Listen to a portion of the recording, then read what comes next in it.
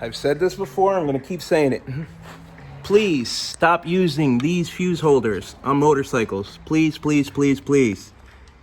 The fuse is held in by friction. Harley-Davidsons and all motorcycles shake too damn much and you end up with a bad connection. So this, coupled with cheap CCA wire, no good. I'm going to open it up so you can see which fuse holders I'm talking about. These evil, evil, evil things. Do not use these. Use a mini A&L or regular A&L fuse where the fuse is held down with machine screws, bolts, pressure, screwed down. See, you can see the fuse jiggling around as I shake it. See that? See how loose that fits? It is not a good connection. We don't use this for anything here at the shop. Please do not ever put it on a motorcycle. We do not use this style at all. We never, ever, ever use this style.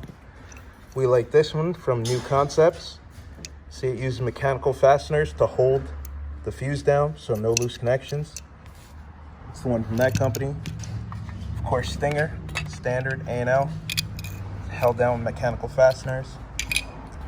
Artisan Connection, mini A&L, held down with mechanical fasteners. Or the Stinger two-way distribution block. That's what we use here at the shop. Never ever have an issue or loose connection. I don't care what brand you use, make sure the fuse is held down with screws or bolts. Stinger distribution block, wire furrows, heat shrink, Tessa tape, 4-gauge power input from the battery.